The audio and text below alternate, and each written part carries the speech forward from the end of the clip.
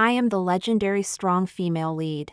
When I caught my husband with my best friend in the act, I neither cried nor made a scene. I simply said with composure, "This man is yours." My friends praised me for my dignity and grace, saying I was like a strong female protagonist stepping out of fiction into reality. But the story didn't unfold like a triumphant tale. After weathering a brief storm of public criticism, they got married at the register office. The following year, my former best friend gave birth to twins. And Ben, my ex-husband, became a successful entrepreneur. They transformed into the picture-perfect family that everyone envied. As for me, shortly after the divorce, I suffered an emotional breakdown. The trauma and humiliation consumed me, along with the collapse of my belief in karma. My career and love life spiraled downward, and I hit rock bottom. During this prolonged period of emptiness, I was struck by a car while crossing the street. On my deathbed, my former best friend came to see me. Her expression was a mixture of pity and melancholy. "I know you've always thought of yourself as the strong female lead.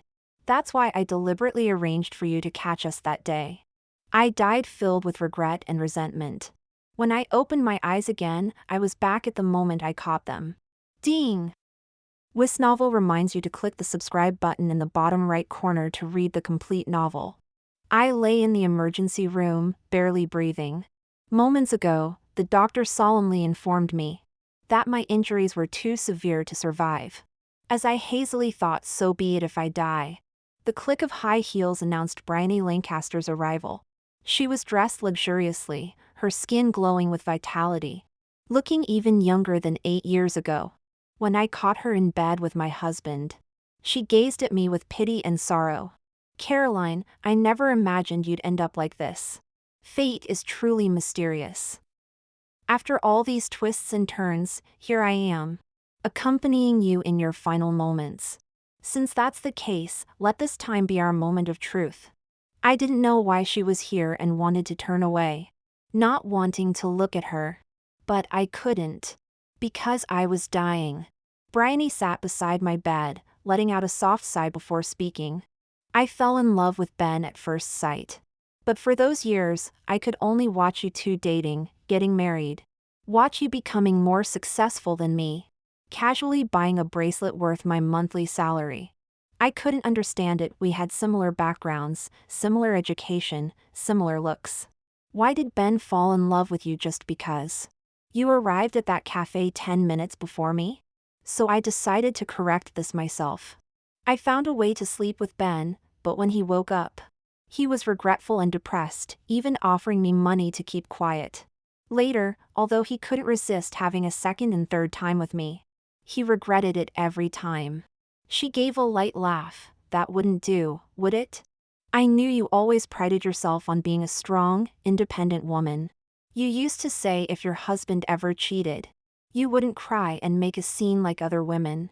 You'd divorce him immediately and never look back. So I begged Ben for one last time with me, and deliberately let you catch us in the act." I stared at her, incredulous. After the divorce, I quickly discovered that being a strong, independent woman was only temporary. Soon I fell into an emotional relapse, tormented daily by the trauma of betrayal from those closest to me, and the social shame that came with it. Later, watching them marry, have children, and succeed in business, living their best lives.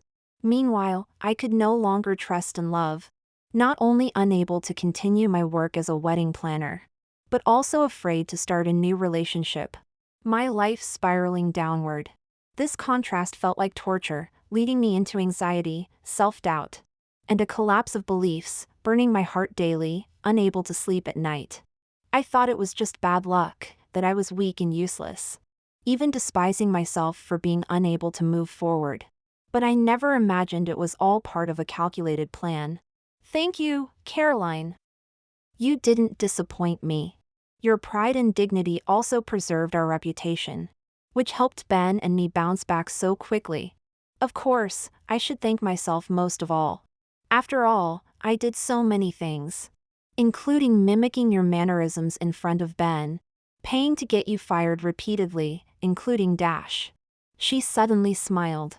going to a sperm bank abroad early on, choosing a donor who looked like Ben, and having twins. My weakened body had no extra strength.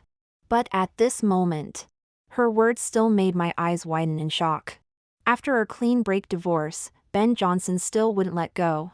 Kneeling before me, confessing his love for me alone, begging for another chance, and swearing he'd never see Bryony again. Until Bryony said she was pregnant with his children. Anyway, these past few years, especially after having our 2 lovely babies, Ben has been increasingly good to me. He truly fell in love with me bit by bit. Caroline, I finally got to live your life. I changed my own destiny by my own hands, though I always regretted that no one knew. Thank heaven for giving me this chance to confess everything before your death.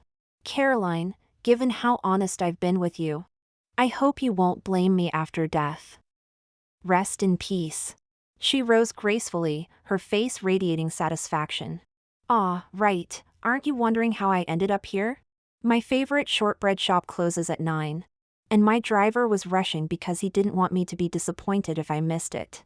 Please don't blame him, it was an accident. And he'll likely be traumatized by this. Of course, I'll compensate you legally and fairly, though any compensation would barely cost me the price of one of my handbags. However, she suddenly tilted her head, showing a troubled expression. You're all alone now, without any family. Who should I compensate? She left, shaking her head and walking out gracefully in her high heels. I closed my eyes amidst my soul screaming. When I woke up, I found myself standing at the second-floor doorway.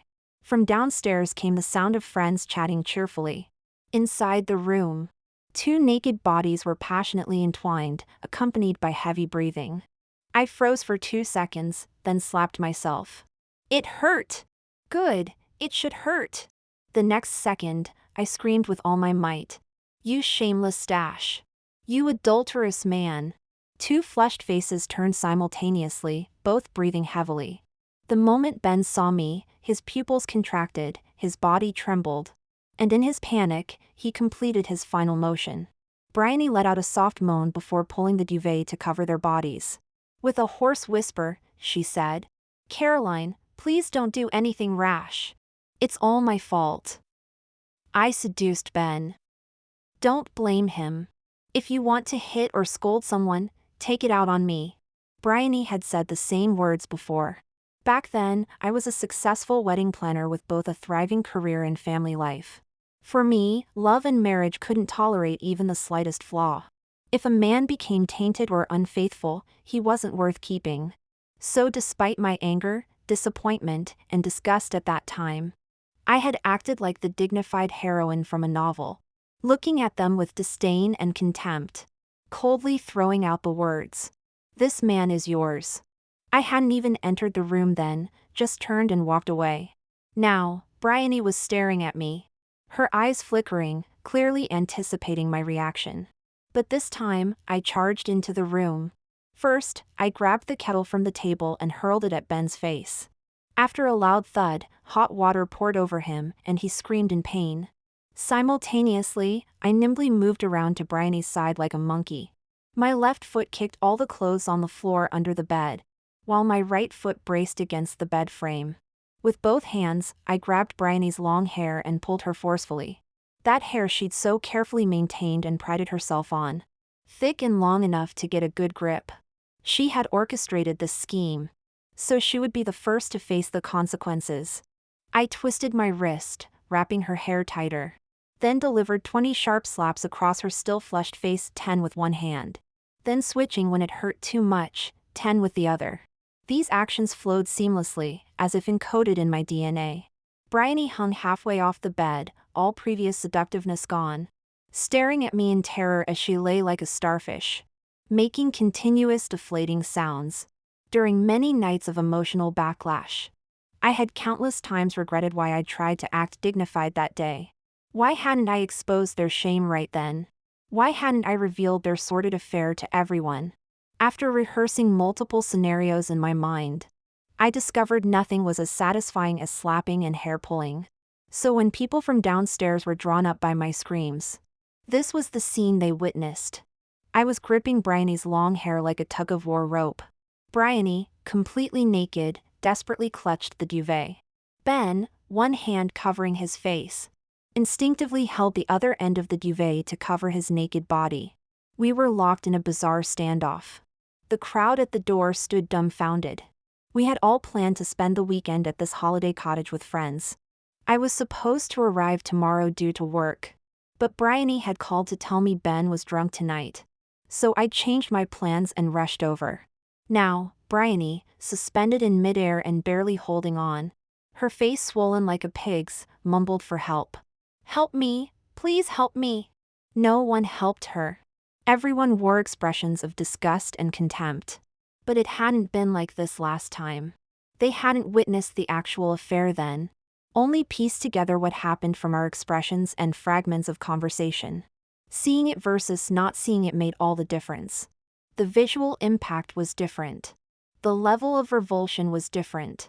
In fact, years later, when Ben had become successful in his business venture, and Bryony had transformed into a lady of leisure, people even expressed admiration. "You proved true love conquers all obstacles.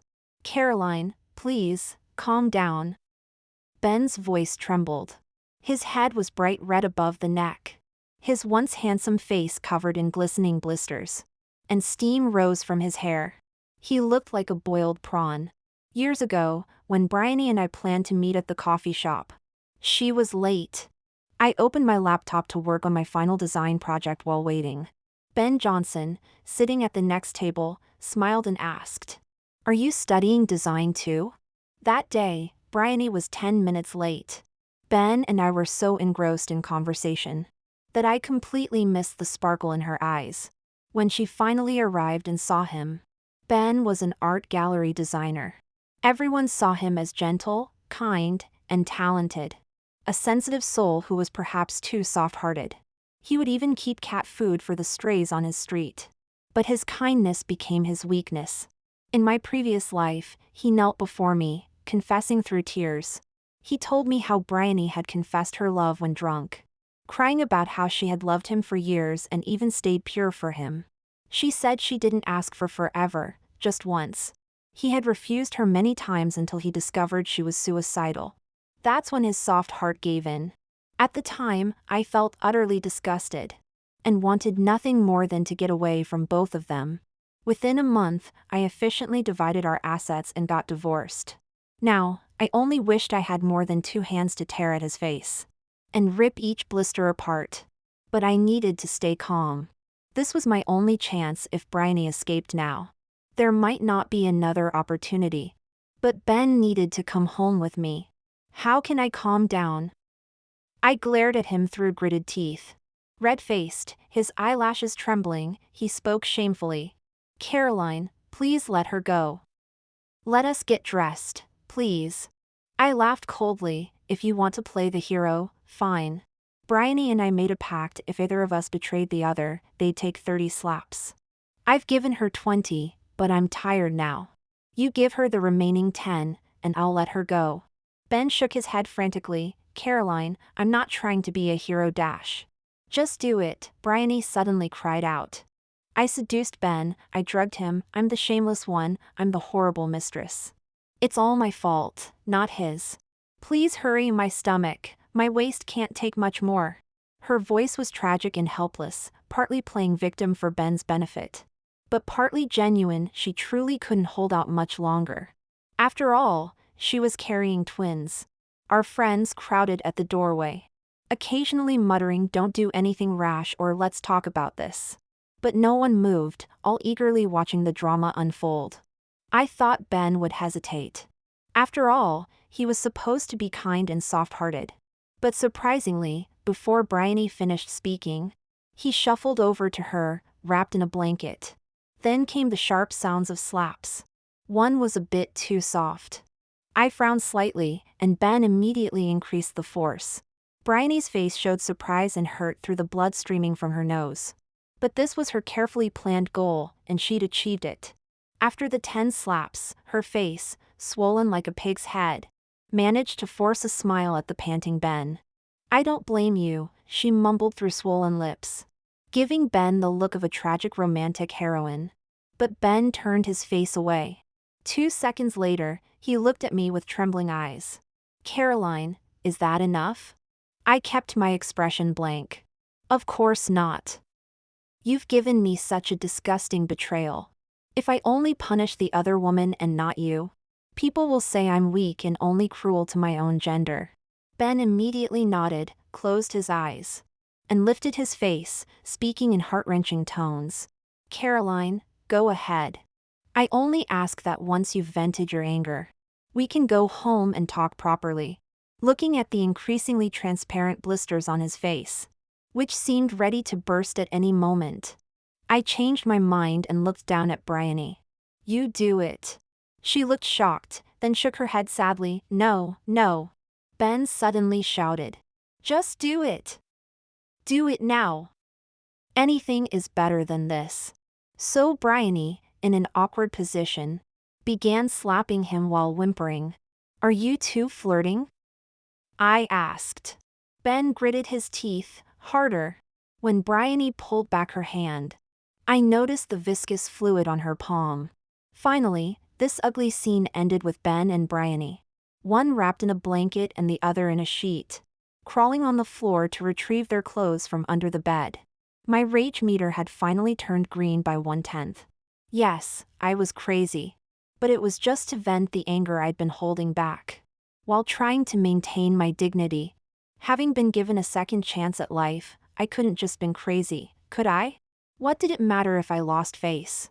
People would soon forget as time passed. Ben was an independent designer who had been deeply involved in the art industry for years. He had talent and an impressive portfolio. This incident wouldn't harm him at all. It would just become another juicy piece of gossip about his life. I knew Ben well. His career was what he valued most in life. In my previous life, Ben had caught the attention of an art investment group, secured angel funding for his startup, and became a millionaire. His success was limitless, and Bryony transformed into a wealthy socialite. In fact, the proposal he later used for funding was already being designed at this time. Before his affair was discovered, we often discussed concepts and approaches, and I occasionally helped him with scene designs. Being a strong, independent woman wasn't about being foolish. The calm, graceful exit was just for show. A truly strong woman uses every available resource to her advantage, turning others' power into her own success, making herself the one standing at the top. I would change our fates. Ben Johnson's fate, Bryony Lancaster's fate, and my own fate. After Ben had been kneeling before me for 3 days, one evening, I gazed out the window with a sigh, looking at him with hurt and grievance. Do your knees hurt? He was stunned in disbelief, then his eyes lit up with joy, his voice trembling. Yes. Caroline, are you finally willing to talk to me properly? That night, he repeatedly proclaimed his love for me, saying he only felt sorry for Bryony, and their closeness had given her an opportunity to take advantage. With tears in my eyes, I asked, is it true that she drugged you before you slept with her? He nodded without hesitation, yes. I remained silent for a few seconds. I'm planning to quit my job. What happened between you two has made me doubt marriage and love. I can't face those hopeful couples anymore. Ben looked distressed and said softly, it's all my fault. But don't worry, I'll take care of you. I'm currently in talks with an investment group, and I'm confident we'll succeed. Looking at him, I spoke slowly. But I don't want to give up design. If I can't be a wedding planner anymore, bring me into your industry. His eyes brightened. Of course. Caroline, I'll teach you everything. We'll start our business together as husband and wife, and share in our success. Won't that be wonderful? I lowered my gaze and softly replied, yes. The next day, he sent me all his computer materials and notes, and began preparing teaching materials. As I said, he was a talented man. During the day, he handled work and all household chores. At night, he wholeheartedly shared everything he knew with me. We slept in separate rooms, which he claimed to understand, saying casually, it's all right, Caroline. I believe one day you'll open your heart to me completely. During this time, I hadn't forgotten about Bryony. She worked as a teacher at a public nursery school. I took the words she'd said during the confrontation when I caught them. Had someone set them to music and paid people to play it on loudspeakers outside her nursery school. I seduced Ben. I drugged him. I'm despicable. I, Bryony Lancaster, shamelessly became the other woman. The tune was catchy and infectious. Anyone who heard it once could sing along. Parents gathered outside the nursery at pickup time, discussing and learning the song with interest. The music only stopped when the children came out. Bryony snuck out through the back door. She lived in her parents' neighborhood. But there too, a speaker was playing the same loop. Her parents wanted to call the police, but she stopped them. I knew she was enduring it, lying low, because she still had one last card to play. Ben was Catholic and had mentioned more than once to friends that life was sacred and abortion was a moral sin. In my previous life, before the car accident, when the successful Ben came to find me, I was already in a negative state, having lost considerable weight. I coldly told him to get out. He smiled dismissively, handed me a card, and spoke in a composed, superior tone. Caroline, I do love you, no matter what. I wanted to share my success with you, but Bryony gave me twins. And I can't let my flesh and blood grow up without their birth mother. I know you're in financial trouble now. I can buy you another house. I need to be with the children on weekends, but I can make time for you during the week. I chased him out with the floor cleaner. Looking back now, Bryony had indeed planned carefully. She knew she might not win Ben over on her own, so she targeted his weak spot children. One day, I returned home. Bryony was sitting on the living room sofa. Ben stood nearby, frowning deeply, sighing repeatedly. When I entered, Bryony immediately looked panicked. I rushed forward to confront her without a word. But Ben held me back. He looked at me troubled for a long while, then gritted out, "She's pregnant with my child." Bryony spoke through sobs, "Caroline, I'm sorry. I had no choice but to come here. He's the father of my baby," I had to tell him. I turned to Ben, "You believe her?" Ben lowered his head and said quietly, "I do." Based on what? His face reddened. The first time with her, she was. I could tell. Suddenly, Bryony fell to her knees before me, swearing through tears.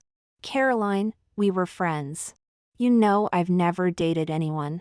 If this isn't Ben's baby, may I be cursed in my next life." She looked at me, her eyes gleaming with blatant challenge and calculation.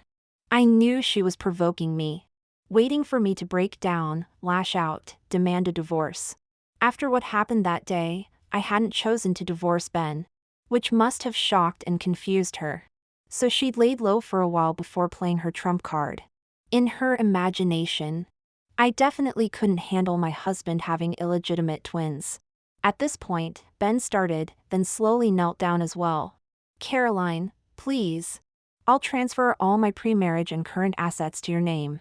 Just please let these innocent lives survive." Looking at the two kneeling before me, I remained silent for a moment, covered my face with both hands, and spoke in a deeply hurt tone.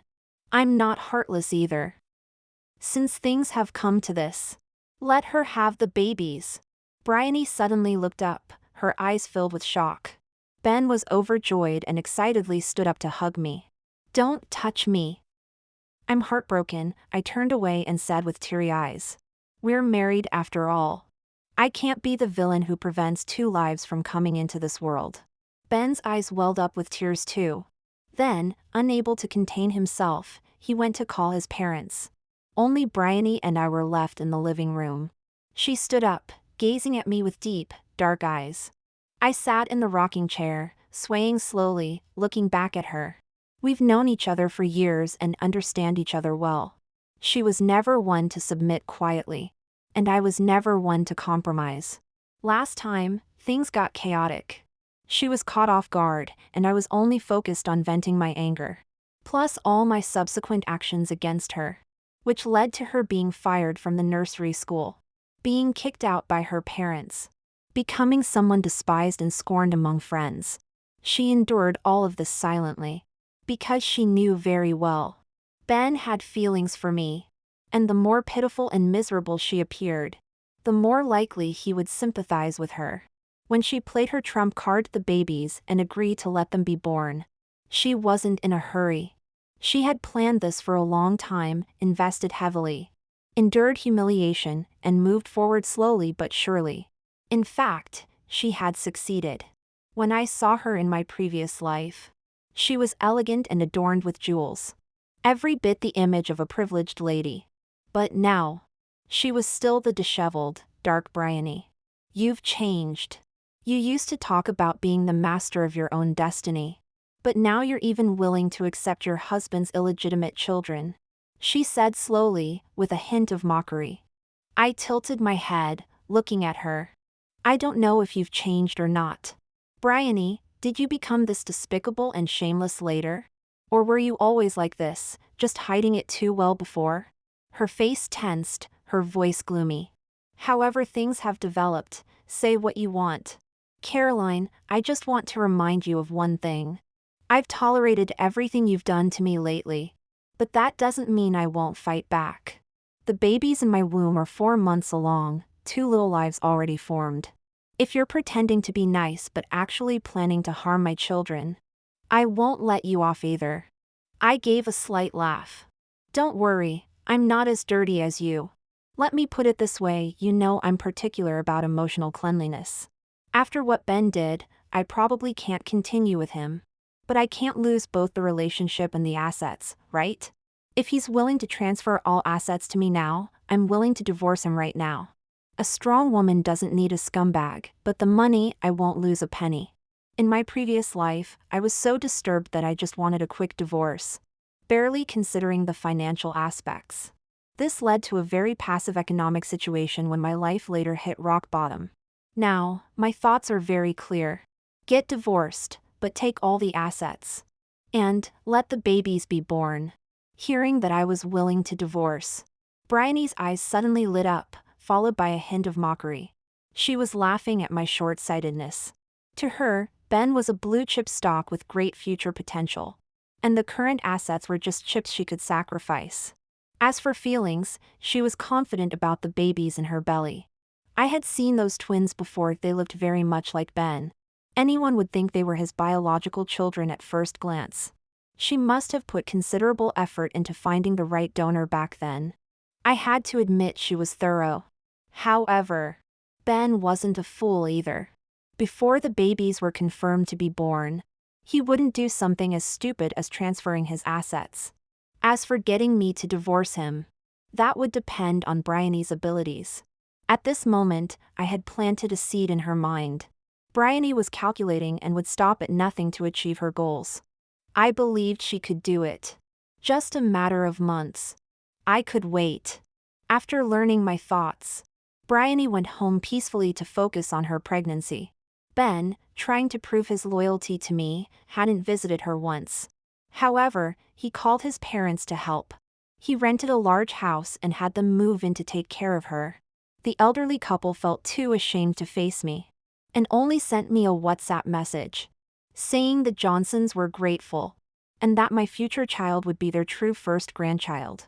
I nearly laughed out loud when I read it. In the following period, everyone seemed to fall into their own routines.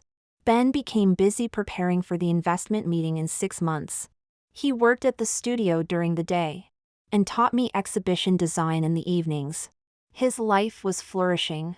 It seemed this little affair had somehow made his life bloom in an unexpected way. As for me, I focused on 2 main things. First, I found a girl named Amelia Bell. She was Ben's competitor in the industry, having designed many successful exhibition spaces. However, due to her plain appearance and stutter, she rarely appeared in public. In my previous life, when Ben was at his peak, I saw news online about her suing him for stealing her designs, under the pretense of collaboration. But the story didn't make much waves. Although I had mastered Ben's carefully refined design techniques, methods, and concepts, I needed case studies to attract investors. I found Amelia in an old flat in a council estate, surprised that someone so talented lived in such conditions. Wearing thick glasses, she calmly explained. I can't get projects on my own. And after the money gets split, there's not much left for me. I asked if she wanted to collaborate with me. She studied me through her thick lenses. She was a clever, spirited girl. I had seen her work elegant, sophisticated, with ingenious concepts. But society had placed too much emphasis on appearance, leaving talented people like her with nowhere to belong. After a day's consideration, she agreed. I want to succeed. I want complete control over my work, and want my designs to be seen by more people on bigger stages. I admired her ambition and honesty. Second, I sold the flat my parents left me and combined it with my savings of £300,000. I invested it all in Bitcoin. It's 2017, and Bitcoin is worth £15,000. In my previous life, before I died, I remember Bitcoin reaching £120,000. In this second chance at life, revenge needs to be taken, and money needs to be made. No investment could be more effortless and profitable than this. I bought 200 coins. I memorized the password until I was sick of it. Until I could recite it in my sleep. Until I was sure I wouldn't forget it even in my next life. Then, I completely pushed it out of my mind. As if it never happened. Bitcoin's value would need time to mature. But as for Bryony, the time was almost ripe. When she was 8 months pregnant, she gave birth to twins, a boy and a girl. That night, I was awakened by Ben's knocking on my door. He stood outside saying, "My parents are at the hospital insisting I go over. I'll check what's happening and be back soon." But he didn't return for 3 days. I didn't mind, as I was busy revising proposals with Amelia, spending my days in her council flat. The more time I spent with her, I discovered she was truly knowledgeable, quick-witted, and fascinating to talk to. Being with her was comfortable, and I could even sense her adapting her conversation to my level. A mutual friend visited the hospital and called me afterwards. "Caroline, it's so unfair. Those twins look exactly like Ben's carbon copies. His parents are there calling them darling grandson and darling granddaughter. And all the doctors and nurses keep saying what a happy family they are." On the 4th day, when I returned from Amelia's place, I found Ben sitting on the sofa with a complicated expression. His brows were furrowed, seemingly struggling to speak. I asked how the babies were. His eyes suddenly turned red, and he fell to his knees before me.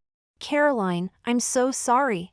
These past days, my parents have been threatening death, wanting me to discuss something with you." I looked at him. "What is it?" "You know my parents are from a small village. They say the children can't be born with the stigma of illegitimacy. They'd be shunned when they visit the village. And the children would never be able to hold their heads high. So they want me to discuss with you." He closed his eyes, his voice trembling. "They want us to get a fake divorce, so I can marry Bryony and register the children properly. Give them their rightful family name. After the christening, when they're a bit older, we can remarry." I remained silent. He opened his eyes, and seeing my silence, crawled on his knees to the coffee table, taking out a document from his bag. "Caroline, I know this is unfair to you. So I've signed a property agreement transferring all my premarital and marital assets to your name. This is my guarantee to you as your husband. Don't worry, once things settle down with the children, and my funding comes through, I'll marry you again properly." I took the document and looked down at it. After a while, I looked up. "Does Bryony agree?" He was slightly taken aback. "Why would her agreement matter? We're both guilty parties before you. She feels ashamed too and hasn't said a word about these arrangements." I sighed. Given the circumstances, what choice do I have? It's all for these 2 innocent lives. "Caroline, don't worry. Even though we'll be divorced on paper, I'll still come to see you often. Everything can be like before." Watching him repeat the same words from my previous life with such distress, I couldn't help but let out a cold laugh. "So you mean I should become your mistress, while you enjoy the best of both worlds?" His expression froze. No, of course not." I felt suddenly nauseous. The next day, we went to the court for divorce. Both parties were in a hurry. He was rushing because there was a 1-month cooling-off period for divorce, and they wanted to get their marriage certificate before the christening. I was rushing. Simply because I was rushing. Feeling guilty towards me, Ben quickly completed the property transfer procedures. Of course, much of this confidence came from his certainty about the upcoming substantial funding. During this time, I went to City S with Amelia. When we returned, the cooling-off period had ended. I met Ben at the court, along with Bryony, who had just completed her postpartum recovery. They were having the christening tomorrow, and wanted to get their marriage certificate right after finalizing the divorce today. How eager they were! Ben stared at me blankly. Caroline, I heard you went traveling to clear your mind. Are you feeling better now? Quite well. Bryony's gaze was cool, with a hint of mockery, already showing traces of the arrogance I'd seen in my previous life. When Ben walked away, I suddenly spoke. I once asked Ben if he would have fallen in love with you had you been the one who arrived early at the coffee shop. Bryony's eyes flickered, clearly interested in the answer. I smiled slightly and continued slowly. He said no. I asked why, since we were so similar back then. People even said we looked like twins. Want to know what he said? Bryony pressed her lips together, saying nothing. I continued regardless. His exact words were, I don't like women with complicated minds. Bryony's eyes hold too many mixed emotions. Hearing this, her expression remained composed, her voice steady. Caroline, are you trying to provoke me now? If so, you underestimate me. You might look down on me, or talk about being a strong, independent woman who doesn't compete with other women. But I'm goal-oriented. I wanted this man, and now I have him. After today, I'll be Ben's legitimate wife, not you. As for whether he loves me, well, we have plenty of time ahead, and that's up to my abilities. I smiled as I looked at her. Are you sure you have plenty of time? The next day, I went to Ben's baby shower celebration. His parents were telling everyone they met. They've been legally married all along. The previous misunderstandings happened because Ben was being considerate about his ex's reputation. When I walked in, the guests who knew me looked uncomfortable. I acted as if I didn't notice and walked straight up to Ben, who was beaming with joy. Caroline, I didn't expect you'd come. He looked pleasantly surprised. I smiled. Of course I had to come and witness such an important occasion. Not far away, Bryony spotted me and started pushing the pram towards us. People kept stopping her to chat, forcing her to pause with polite smiles. I handed Ben some documents, speaking in a gentle tone. These are Bryony's records of artificial insemination from 9 months ago abroad. Consider it my gift to you. Ben took the papers and flipped through them. After a while, he looked up, dazed. Why would she need artificial insemination?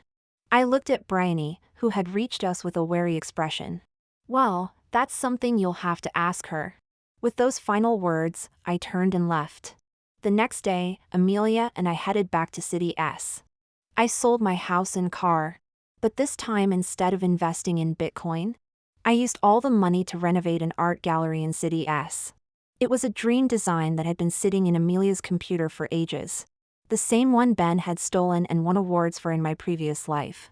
Amelia's eyes reddened slightly. I used to ask heaven why I was given the ability to dream, but not the ability to achieve those dreams. Now I know heaven chose the best way. Thank you for finding me that day. For the next while, Amelia and I stayed in City S. Ben sent countless calls and WhatsApp messages, as did Bryony. I ignored them all. I immersed myself in Amelia's world, enjoying the beauty of fine arts, temporarily shutting out all the drama. Until one day, while having dinner with potential investors, I ran into an old friend. Caroline, what are you doing in City S? Have you heard the shocking news? Those twins aren't Ben's children. From her, I learned what had happened recently. The day after the baby shower, Ben had a paternity test done. When he received the results, they say he collapsed on the spot. That same day, Bryony and the month-old twins were thrown out and went back to her parents. Ben's parents, devastated by their son's misfortune, would stand outside Bryony's parents' complex daily. hurling abuse and demanding compensation. When Bryony's parents came out to argue back, Ben's parents, being from a rural background with thick regional accents, were completely outmatched in the verbal battle. The stress was too much, they both had strokes. At first, people thought they were acting, just watching the scene unfold. By the time anyone reacted to help, one's mouth had drooped to the left, the other's to the right. They had simultaneous strokes. A few days later, surprisingly, Ben took Bryony and the two children back in, saying that once married, they were family. Plus the elderly needed care after their strokes. One night, I suddenly received a WhatsApp message from Bryony, just 999. When I called back worried, Ben answered, claiming she'd accidentally hit the keys while handling the babies. Ben came to see me once after that, but only to ask if I knew where you were. He's apparently asked all your friends. He's changed so much, he used to be gentle and smiling, but now he looks so dark. The night I returned from City S, I saw Ben at the entrance of my new apartment building. I didn't recognize him at first glance. Despite wearing a suit, he looked gaunt and thin, his complexion gloomy. He seemed to have become quiet. But not the peaceful kind of quiet, more like the eerie stillness before a storm. I frowned. How did you find my address? I asked the estate agent who sold your house. I had used the same estate agent to sell my old house and find a new one when I urgently needed to go to City S. He stood in the darkness, his gaze heavy as he looked at me. Caroline, I don't blame you. I let out a cold laugh. Unfazed by my attitude, he continued in a steady voice. I wronged you first, so it's fair that you wanted revenge. Caroline, we love each other. Everything that's happened is because of Bryony's schemes. She finally admitted to me that it was all her carefully planned conspiracy. She even hurt my parents. Sooner or later, I'll make her pay. I was too soft and merciful before, which is why I fell for Bryony's tricks. That's the nature of an artist, but it's a weakness for a man. It won't happen again. I'm glad, Caroline. We're even now. Everything can still be salvaged. My funding deal is about to be signed. It's a huge amount, in the millions. I didn't tell you before because I wanted it to be a surprise. With money, no problems are real problems. Never mind about selling the old house, I'll buy you an even bigger one. I'll hire people to look after my parents since they weren't kind to you. And you probably don't want to care for them. And children, Caroline, we'll definitely have our own children together. He didn't linger after saying all this. I remembered in my previous life, after being repeatedly fired, I had to work as a waitress at a restaurant to make ends meet. In that private dining room, Ben and his old friends didn't recognize me behind my face mask. But they were talking about me. Ben, didn't you say you had feelings for Caroline? Why do you make sure she gets fired every time she finds a job? Ben gave a light chuckle. Caroline was my first love, and we had beautiful times together. Of course I have feelings for her. But she's too proud. She divorced me and left without a word because of the Bryony incident. I need to crush that pride first. Only when she's been brought low enough. When I reach out to help her, will she be grateful and learn to cherish what she has? In my previous life, he brought me low. In this life, I'll let him rise high first, then fall hard. True revenge against Ben isn't about hurting his body or reputation, but destroying the capital he relies on to survive. What capital does a man value? Career, money, love, children, and his dignity as a man. I want him to experience the fall from heights. I want to shatter everything he has and cares about, piece by piece, right before his eyes. Making him suffer isn't revenge enough. I want him to plunge from a honey pot straight into bitter medicine. That's the kind of suffering that cuts to the bone. The final strike. It's finally here. At the investment meeting, when Amelia and I appeared, Ben's face showed utter disbelief. He quickly composed himself and even made a joke in front of all the investors. Are you sure you want to present yourself, Ms. Bell? I understand your speech impediment is quite severe. I'd be happy to do it for you if needed. I smiled. Amelia is the chief designer of my company. For the presentation, I'll handle it myself. Ben's gaze instantly darkened. Amelia had once wanted to work on her verbal expression. I told her that it's enough for a person to excel at what they're good at. There's no need to force yourself to overcome every weakness. Her strength lies in design. As for the rest, I can fill in the gaps. Ben was an excellent teacher. During that time, he taught me unreservedly, which enabled me to handle all the questions in the subsequent presentation. Finally, when I played the video of the art gallery in City S on the big screen, the investment team members one by one showed satisfied expressions. City S is at the international forefront of art. Getting market recognition there means the model can be replicated nationwide. As applause filled the room, Ben's face turned deathly pale. He seemed to suddenly lose all strength, slumping in his chair. As I walked out of the meeting room, I didn't spare him a single glance. 2 months later, my design company with Amelia, CNA, successfully secured its first round of funding. I haven't seen Ben lately. The day after he appeared outside my flat, I moved to a new place without telling any of my friends. I believe this setback was fatal for him. When a dog is cornered, it will jump over a wall. I didn't want to put myself in any unfavorable situation.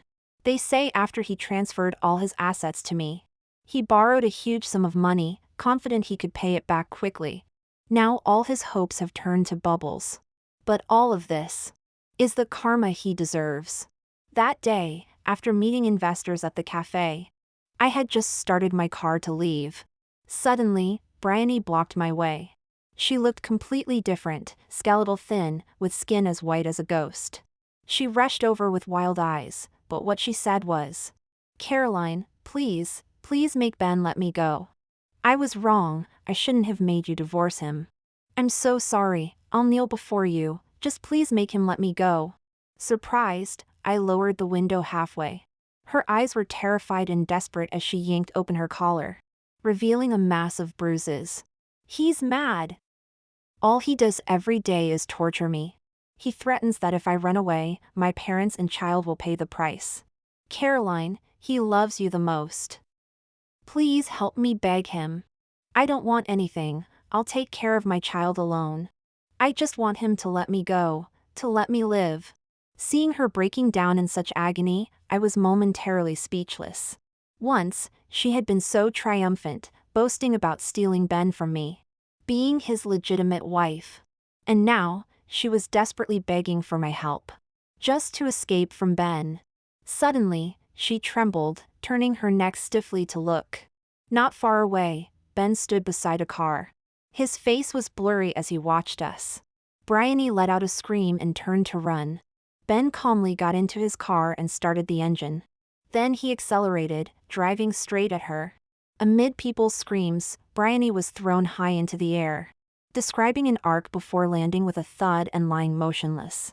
Blood began snaking across the ground. But the car didn't stop. Ben Johnson seemed to have gone into a frenzy, driving straight towards another target. There, a group of nursery school children stood frozen by the roadside. People screamed.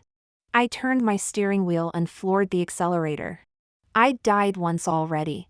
Might as well die again. I gritted my teeth and drove head-on towards Ben's out-of-control car. As the massive explosion rang out, my consciousness began to fade. My last thought was, what a shame about my 200 bitcoins. When I opened my eyes, I found myself lying in a hospital bed. The young nurse's face lit up with joy, but before she could speak, I interrupted her with a weak voice. 2025? The nurse looked bewildered for a moment, then nodded. Having read too many novels, though I couldn't move my body, my mind was already racing. Was this a dream? A near-death experience? Or had I been reborn again? The nurse was delighted. You're so lucky. Your heart had stopped beating, but then suddenly, it started again. For the rest of the day, I lay in bed, recalling everything that had happened. If it was a dream, why were the details so vivid? All that knowledge about art galleries in my head was so clear and logical. I could even remember every clever detail of the gallery in City S. In the evening, Ben appeared in my hospital room. He was the powerful Ben Johnson of this life. refined and elegant in appearance, confident and composed in manner. Caroline, you're all alone, anyone could take advantage of you. Consider becoming my mistress, after all, we did share that one night together. I suddenly asked him, what's the key to gallery circulation design? He paused, then answered automatically, finding the balance between natural guidance and free exploration. My heart started pounding. This question and answer were exactly the same as what Ben had taught me in my dream. And in this life, I definitely had no knowledge of this field. I struggled to reach for my phone to call my flatmate to bring my laptop. Ben smiled and asked, "Why are you suddenly asking me professional questions?" I looked at him and coldly uttered 2 words, "Get out." As he left, he sneered, "Seems you haven't learned your lesson yet." Half an hour later, my flatmate had a courier deliver my laptop. With difficulty, I opened it, logged into the website, and entered the password that seemed etched into my soul. I closed my eyes, opened them, and hit enter. BTC 200. I stared at it for a long while, then let out a deep breath. After I'd successfully taken revenge on Ben and Bryony, I'd always felt regret for my other self in a parallel universe, dying so helplessly and tragically, while those who had hurt me continued living happily in another dimension. Perhaps my life-for-life sacrifice had moved God. God had been kind to me. It had let me come back. And with a fortune. Over the next period, while I obediently followed the doctor's orders with medicine and injections, I constantly planned what needed to be done. 1 month later, I found Amelia in her council flat. This time, she almost immediately agreed to my proposal for cooperation. I curiously asked her why she trusted me. After some thought, she said, "For years, I've had this feeling I was waiting for someone. This feeling kept me going, stopped me from giving up on myself." My eyes welled up slightly, then I gave her a bright smile. "Yes, I'm here. Thank you for waiting." At this time, the gallery industry was dominated by Ben's standardized model, with the slogan 500 Johnson Aesthetic Art Galleries to open nationwide. He had signed a performance agreement with foreign investors, betting everything he owned.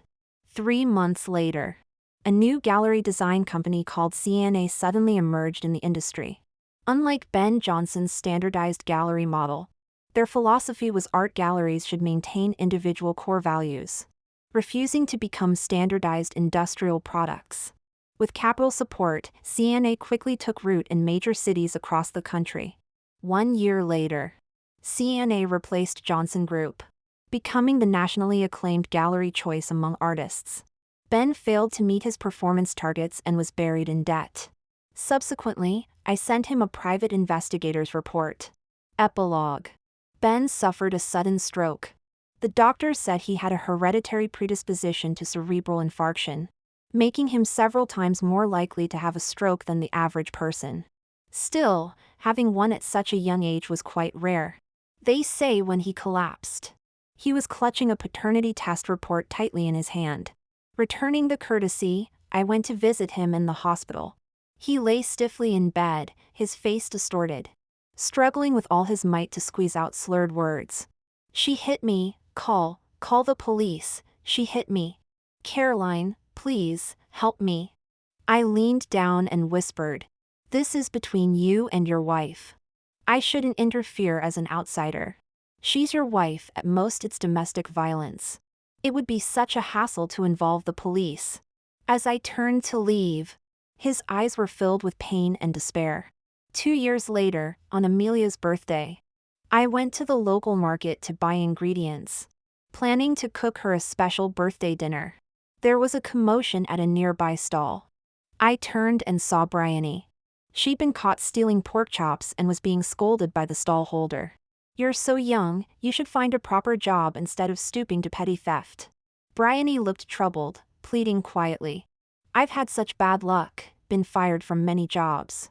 My husband's paralyzed, and I have 2 children to feed." I had no choice. At that moment, her eyes met mine. In an instant, her face flooded with embarrassment, anger, jealousy, and resentment. I walked over and whispered in her ear, "Do you know why you've been fired from every job these past 2 years?" Her eyes widened suddenly. I smiled. Karma works both ways. Enjoy what you deserve. As I left the market, I heard Bryony's scream behind me. I felt a wave of mixed emotions. I wondered which was worse, their deaths in the other life, or this life where they're trapped together, drowning in debt and tormenting each other. But either way, they deserved it. On my drive to Amelia's villa, I passed a school just as it was letting out. I stopped at a distance to let the children cross. While waiting, I suddenly realized this was the same intersection where Ben and I had crashed. A group of secondary school students filed past my car. They were full of youth and vibrant smiles, waving at me. "Thank you, ma'am." I raised my hand too, waving back at them enthusiastically.